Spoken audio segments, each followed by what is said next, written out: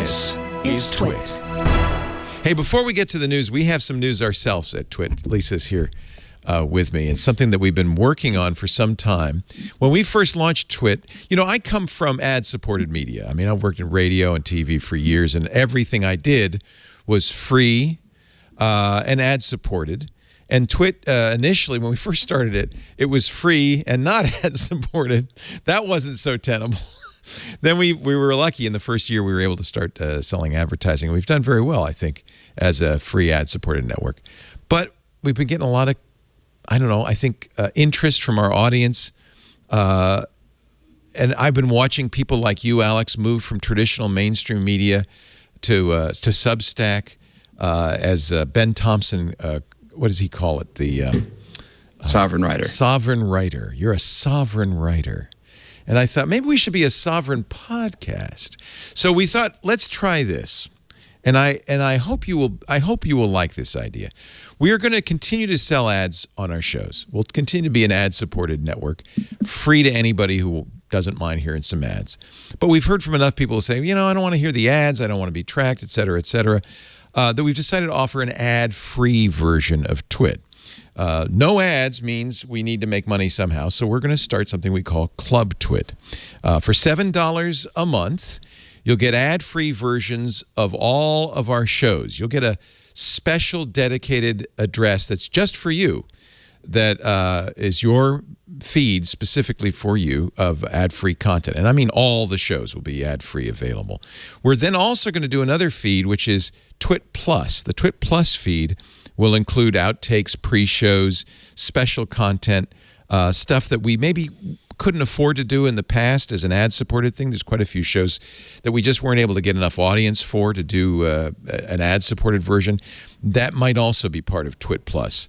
And we are also going to open a special Discord channel. We call it Club TWiT. And as a member, you'll also have access to that. So I think that's a pretty good package, $7 a month. twit.tv/clubtwit to find out more. I hope for those of you who've wanted an ad-free version of TWiT and who've wanted additional content, things like the GizFizz on feeds, I hope this will solve that, scratch that itch for you. We're very excited about it. I think it's going to be a great way for us to continue to put out the same quality content and maybe even more content than ever before without without having to wait for advertisers to say, okay, we like that idea. We want you to say you like the idea. So I hope you like the idea. Again, twit.tv/club, $7 a month. There's somebody in the chat room say, I actually like the ads. That's great. That's fine. And we're going to continue to do that because I also like the ads in the sense that I think it's always good to have a free version for people who can't afford or don't want to spend the money. I think $7 a month is a pretty fair price. We went back and forth on the price, and that seemed like the sweet spot. So it's worked for you, Alex, right? I mean, I think that's a good way to go. Yeah, I'm actually building big technology quite in the same way that you guys followed. So actually right now I'm entirely ad-supported. So the podcast, Big Technology Podcast, and the newsletter are free in their full version to everyone. Yeah. And the idea is let's grow it. And then when it's at a point where we can build some community around it and deliver some extra features for a subscription fee, then I'm going to go to that. That's what Substack is kind of designed for, right? I didn't realize you could do free as well. That's nice. Yeah. I think that most of the writers go to Substack because you hear about like the high-profile writers, people like Casey Newton or Charlie Warzel or Glenn Greenwald. They immediately go to subscription because they already have a critical mass of fans that can sustain their business. So Glenn Greenwald is making over $1 million a year on Substack already. Didn't Substack pay him initially? No, actually, Glenn, I don't think Glenn took the wasn't advance. One Some of others, those. like Matt Iglesias, did. I didn't take the advance. And I said, you know, I'm still like in the middle class of content creators, and I'm not going to be able to generate enough annual revenue on subscriptions. I mean, my list is okay. It's 9,300 people, but I figured that would really lend itself better to an ad-supported model. Yeah. And so that's far, what we so did. good. Yeah, that's what we did. It's the right move. And I think that what you guys are doing is super exciting because at a certain point you grow and you build to a critical mass where it's time to, give some of your super fans a little bit more. Yeah. allow them to skip those ads, give them some extra content. Yeah. And that's what I'm working towards too. So I'm excited to see you guys take the step, and we should compare notes somewhere down the line to see how it's going. If there is a trend in the last couple of years, this sovereign writer trend, and not just for writers, but also for podcasters, seems to have been the trend. Move away from people like Alexis Madrigal and the person you just mentioned who left, was it Vox? Where Casey Newton. Matt Iglesias, Casey Newton. They've all said, you know what? I have a brand. Why don't I just do it myself? And I think I think sovereign podcasters is an interesting idea as well. Anyway, we'll try it. We'll see. I hope people like it. What do you think, Ed? You've been with us since the very beginning. Yeah, I mean, I was thinking about that this week, I was watching a lot of the discussion, the discourse about what's going on with Substack. And it reminds me of the early days of blogging, around the turn of this century, when a whole bunch of people started businesses that, made them money for a while. Some of them have stuck around. People like Josh Marshall have turned it into good sustaining businesses. And then Facebook and Google got involved and distorted all the content business models. And I think it looks like what we're doing now is starting to disrupt Facebook and Google out of the picture. And I'm all for that. Content creators can get involved without those intermediaries, either in advertising or in reaching the readers, viewers, listeners. Yeah, I'm all for that. Absolutely, anything to disintermediate Facebook is fine with me.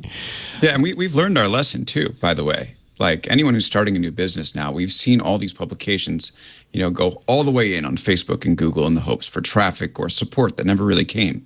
And so now, when it's up to us in terms of the way to run our business, we'll obviously send emails that will touch Gmail or do podcasts that will touch Apple. And maybe people will share our stories on Facebook. But Facebook's going to try to get into this newsletter game. Facebook is starting audio only stuff that we're about to hear about this week. And I think a lot of us who are coming up now, we know, that is a bargain that's one with the devil. And, it might give you some better results short term. But if you want to be successful in the long term, stay away, build it sustainably, and so that it doesn't end up collapsing on you sometime in the future. It's been, it's funny because, and Rich, you probably more than anybody have been through all this. I started in broadcast media like you, and broadcast media has been very good to me, as it has been to you. But at some point, you kind of want to spread your wings, and radio in particular has been faltering over the last 10 years. I can't tell you how many radio guys I've worked with who said, how did you do this TWiT thing? Tell me what you do. How do I become a podcaster? Because, radio is starting to get a little shaky. People are leaving their jobs, or their jobs more likely are leaving them. There have been lots of layoffs in the last couple of years. And so I think it makes sense if you want to be a content creator, owning your own stuff in the long run just makes sense. And when I started this in 2005 and 2006, podcasting was in its infancy. And now I think it's very mature, and we're starting to see podcasting become big media with Spotify and iHeart and others kind of dominating podcasting platform. And unfortunately, one of the reasons Spotify can give Joe Rogan $100 million is because they can say, well, you're going to be exclusive on our platform, which means people have to listen to what was traditionally a podcast or on YouTube and open, have to listen to it on Spotify, which means they can track people. And that's become hard for us because it's hard to sell against, advertiser has a choice between buying us and getting enthusiasts and geeks, but they don't know anything about them, or going to Spotify where they not only know everything about them down to their credit card number, they even know what part of the shows they did and didn't listen to. And I don't want to get into that game with Spotify. That's a tough game to play.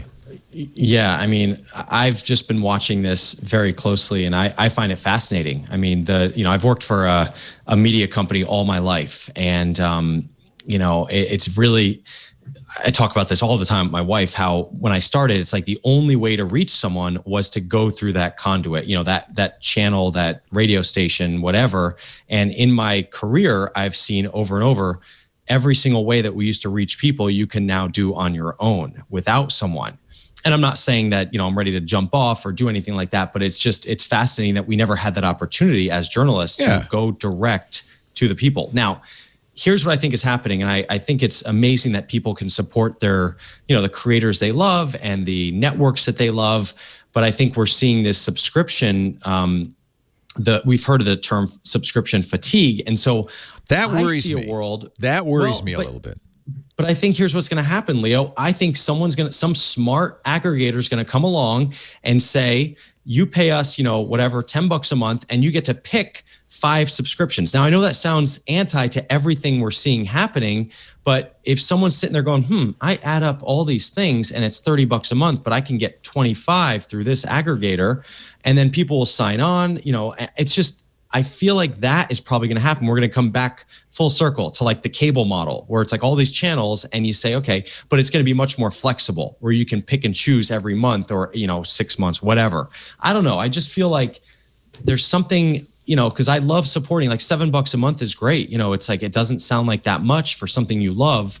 But I'm sitting here with all the things that if you have $107 a month things, it starts to add up. Right. And right now we all have that limit of like that, whatever we were paying for cable, right? Like maybe $200. You're like, okay, if I'm over that, I'm too much, but as long as I'm under that, I'm okay. So there's like this weird, mental, line in your head. I don't know, but I find it fascinating. I love what's going on. I do worry about that. That's absolutely the case. Although I have to say, I think we're getting a little bit more used to it because everybody's got Netflix and Amazon Prime and it just starts to add up. And I think we're just kind of getting used to it. But I don't know. Well, this is what Apple has tried to do this with magazines and newspapers with Apple News Plus. Is that what they call it? Yeah. And I don't know how successful they've been. I don't think the newspapers and magazines like it very much. The only ones that like it are ones that don't have a big subscriber base or a national audience, so they like the exposure. But I don't think it's worked well for the New York Times and the Wall Street Journal. And that's exactly where this plays out here. Those who already have a good solid base, either because they're they're somebody who has a brand that's instantly monetizable in Substack, or people who have a brand that accrues to them through the media outlet that they're with. Those people are going to be okay and they're going to be independent, but a whole bunch of other people who are in that second and third tier are probably going to see some advantage to saying, look, I would rather get $2 each from somebody aggregating me into something than try and convince people to pay me $5, $7, or $10 a month and know that I'm not going to make the cut. I'm not going to make their whatever their threshold is. What they don't like is that they don't get the email address. They don't get the information about the customer. Mm-hmm. That's what customers like. That's what Apple likes. They hold that, but the newspapers don't get that, and they want to they would love to build a relationship with their subscribers. And that's what the New York Times and the Wall Street Journal have done so very well. That's why they're so successful.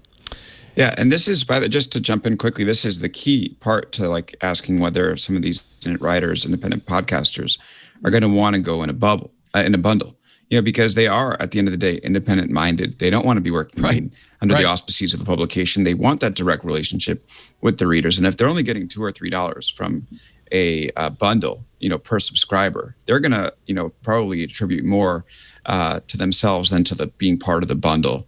And by the way, people subscribing to a bundle of Substack writers, they're probably better off subscribing to a publication anyway. So I think that and a lot of these news publications are learning their lesson in terms of playing ball with Apple on this bundle with the Apple News Plus. So, I'm definitely, I've talked to people about joining a bundle of Substack writers.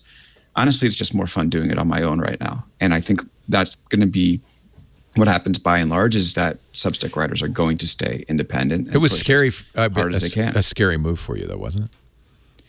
I actually felt that I had, no other option. It was the timing was wild.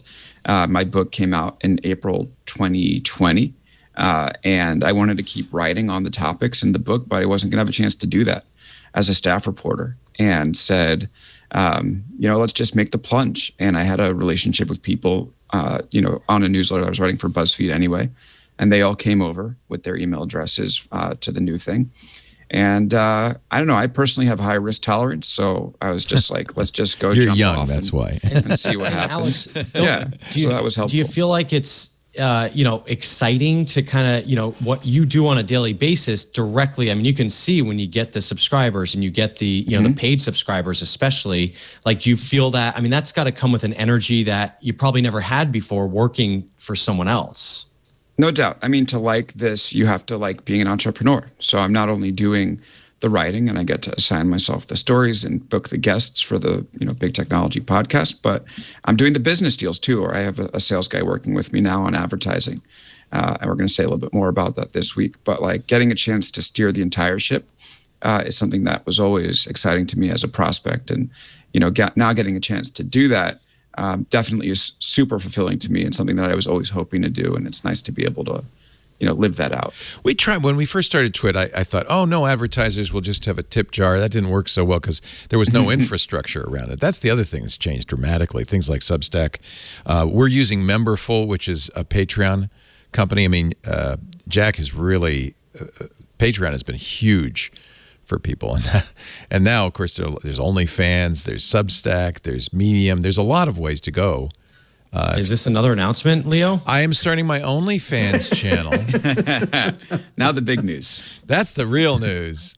Okay. You ought to see the lingerie set I just bought.